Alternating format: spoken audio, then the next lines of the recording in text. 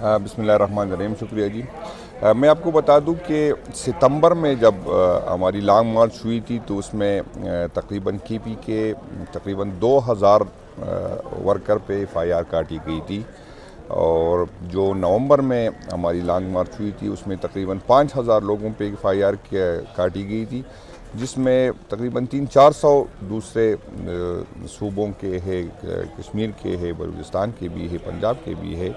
باقی جو 470 کے قریب 4700 کے قریب جو ورکر ہے وہ کی پی کے سے اس کا تعلق ہے۔ اور میں آپ کو بتا دوں کہ جو نومبر میں ہمارے ورکر پکڑے گئے تھے اس پہ 7 سے لے کے 11 ایف آئی آر ایک ورکر پہ جو ہے وہ کاٹی گئی ہیں، اور اب ریاستی ادارے اس کو تنگ کرنے کے لیے اس پہ یہ کہ آئندہ اسلام آباد کی طرف رخ نہ کرے، پی ٹی آئی قیادت پہ پریشر ڈالنے کے لیے، پارٹی کے M P as M N As پہ پریشر ڈالنے کے لیے ہر ورکر کو جو اسلام آباد اور پنڈی کی عدالت جو ہے 4 سے 5 دفعہ بلا رہے، تو تقریباً 20-22 ہزار لوگ جو ہے ہمارے وہ کی پی سے پنجاب اور اسلام آباد کے اے ٹی سی عدالتوں میں پیش ہو رہے ہیں، اور ان کا جو سارا، کیونکہ وہ بیچارے خود بھی اپنی کوشش کر رہے، M P as M N As بھی، تنظیم بھی کوشش کر رہی، تو 22,000 لوگ جو ہے وہ تقریباً ہمارے، شاید وہ ہمارے کچھ لوگ جو سمجھ رہے ہیں جو ہم سے گلہ من بھی ہے، اور اس کا گلہ جائز بھی ہے کہ شاید کیونکہ ووٹ ہمیں ملا تھا خان صاحب کی رہائی کے لیے۔ میں صرف اس کو بتانا چاہتا ہوں کہ جو آپ کی جو قیادت ہے، آپ کی جو M P as M N As ہے، وہ اتنے لوگوں کو جو ہے اس کا سارا بوجھ انہی پہ، اپنے کیسز بھی ہے، تقریباً میرا نہیں خیال کہ کوئی ایم این اے ہے جس پہ 2 درجن سے کم ایف آئی آر ہو۔ ہر بندہ تقریباً جب بھی ہم بات کرتے دوسرے دن وارنٹ نکلتی، پھر ضمانت جا کے ضمانت کرنی پڑتی ہے۔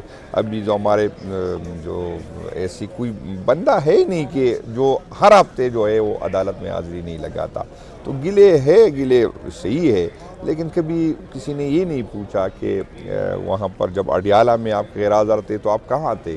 آیا جو کسی احتجاج میں اگر کوئی M P M N A غیر حاضر تھا تو کسی نے نہیں پوچھا کہ M P as M N A اس دن کہاں تھے؟ تو ہمارے قیادت جو ہے کافی چیزیں بھگت رہی ہے، شاید وہ اس کا ان لوگوں کو اندازہ نہیں جو ان کو تنقید کا نشانہ بنا رہے، جو ریاستی جبر ہے، خاص کر پنجاب میں آپ دیکھیں کہ اس کی پراپرٹی جتنی بھی ایم این ایز ہے اس کو پراپرٹی بھی قبضہ کیا گیا، اس کی بزنس بند کی گئی ہے۔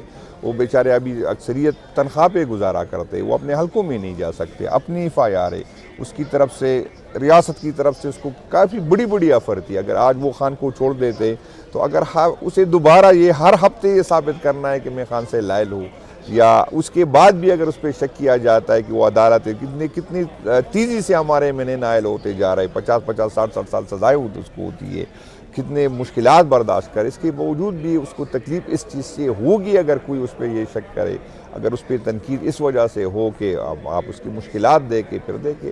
یہ نہیں کہتا کہ ہمیں اچھا کرنا چاہیے، اس سے اچھا کرنا چاہیے، لیکن یہ بھی دیکھیں کہ آپ کی قیادت کیا بھگت رہی ہے۔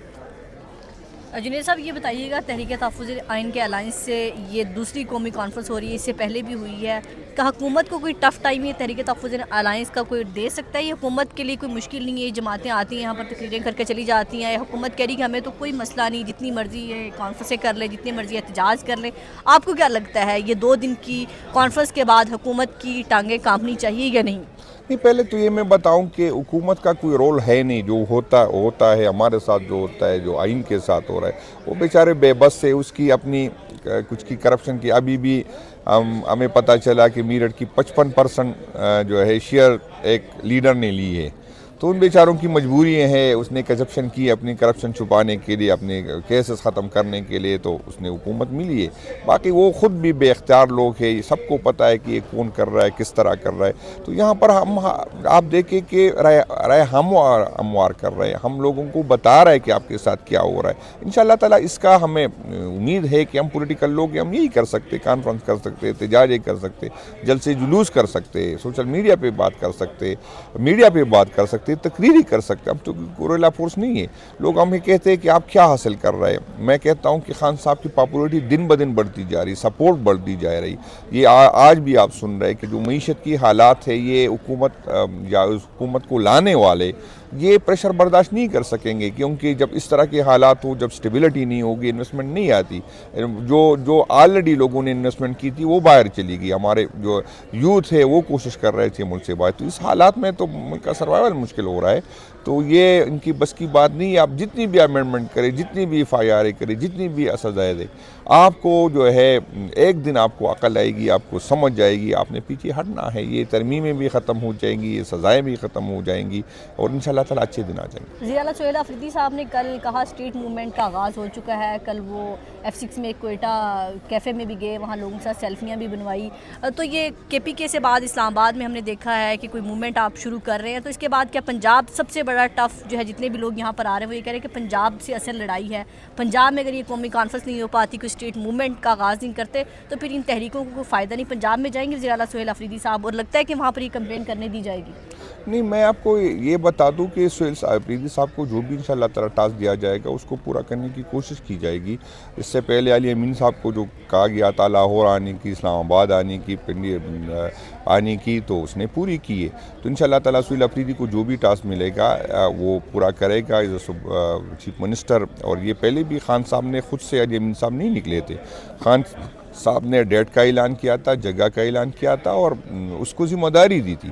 تو انشاءاللہ تعالیٰ جو ذمہ داری اس کو ملے گی انشاءاللہ تعالیٰ وہ پوری کریں گے. وہ کوشش کر رہے, پارٹی اس کے ساتھ کڑی ہے, سارے ایک پیج پہ, حکومت اور پارٹی. بلکہ آپ نے دیکھا کہ اس کے بنانے میں ساری قیادت ایک ساتھ تھی, تو پارٹی بھی ایک ساتھ ہے, حکومت بھی ایک ساتھ ہے. لیکن سر آپ نے کہا سب ایک پیج پر ہے, لیکن علی امین گنڈا پور صاحب نے بڑے عزت سے ان کو آ کے خود کہا تھا کہ میں ان کو وزیر اعلیٰ منتخب کراؤں گا, سب کچھ کرایا, لیکن اس کے بعد وزیر اعلیٰ علی امین گنڈا پور جو سابق وزیر اعلیٰ ہے وہ کہیں ہمیں کسی احتجاج میں, کسی کیمپین میں سہیل آفریدی کے شانہ بشانہ کہیں نظر نہیں آتے. کچھ دن پہلے ایک بیان آیا تھا کہ میرے بھائیوں کی طرح, لیکن آپ لوگوں کی ملاقاتیں ہوتی ہیں, اختلافات یا ابھی بھی برقرار ہیں ان سے؟ نہیں, علی امین صاحب کے ہمارے ساتھ کوئی ذاتی ایشو تو نہیں تھا, گورننس کا ایشو تھا. وہ ایک نظر سے سوچتا تھا, ہم دوسری نظر سے ہوتے تھے. وہ چیف منسٹر ہی نہیں رہا, تو کیا اختلاف ہے, وہ ہمارے بھائی ہے. ہم نے اچھا وقت گزارا, اس سے پہلے بھی ہم جب حکومت میں تھے تو بھی اکٹھے تھے. جب 9 مئی کے بعد شاید ہی سب سے زیادہ اگر رابطہ تھا تو میرا اور علی امین صاحب کا تھا, جب 9 مئی کے برے دن تھے. تو اسی کوئی بات نہیں ہے کہ ہمارا کوئی ذاتی اختلاف ہے. اس نے مشکل کام تھا چیف منسٹر ہونا ایک ایسے صوبے کے جس میں آخری حالات ورکر کی ایکسپیکٹیشن کا بھی زیادہ تھی, خان صاحب کی ایکسپیکٹیشن زیادہ تھی, مسلسل ٹینشن میں رہا. تو اگر اس کو بریک 1-2 مہینے 3 مہینے وہ لے لے, وہ پارٹی کے ساتھ کھڑا ہے. انشاءاللہ تعالیٰ جو ذمہ داری پارٹی اس کو دے گی انشاءاللہ پوری کرے گی.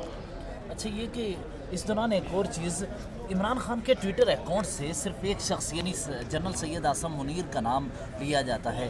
کیا آپ اس پوری تحریک کو ایک شخص کے گرد گھومتے لے کر چل رہے ہیں کہ اگر وہ عہدے پہ نہیں رہے مثال کے طور پر تو آپ کی تحریک ختم ہو جائے گی؟ اتنی بڑی عوامی تحریک سے کچھ نتائج حاصل کیے جاتے ہیں, ملک کی سطح پر تبدیلی کے لیے خواہش کی جاتی ہے.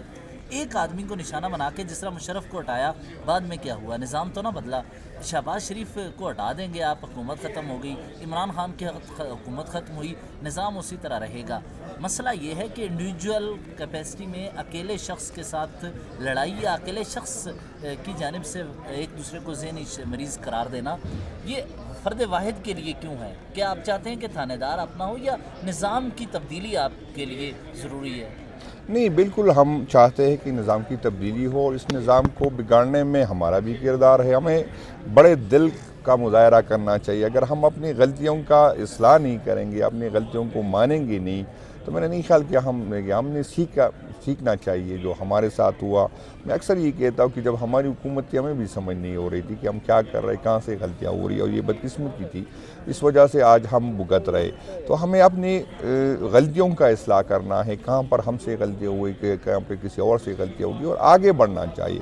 لیکن بدقسمتی یہ ہے کہ آپ یہاں پر ایک انڈیویجول اتنا بااختیار ہوتا ہے, اتنا اس کے پاس لامحدود وسائل ہوتے, لامحدود اختیار ہوتا ہے, لامحدود طاقت ہوتی ہے, کہ مجبوری میں ہم تو نہیں کہیں گے کہ ہم تو یہ بات نہیں کرتے کہ ہم انڈیویجول سے ہمارا ایشو ہے, یہ تو کوئی چھپنے والی بات نہیں ہے کہ ہمارا نہیں ہے.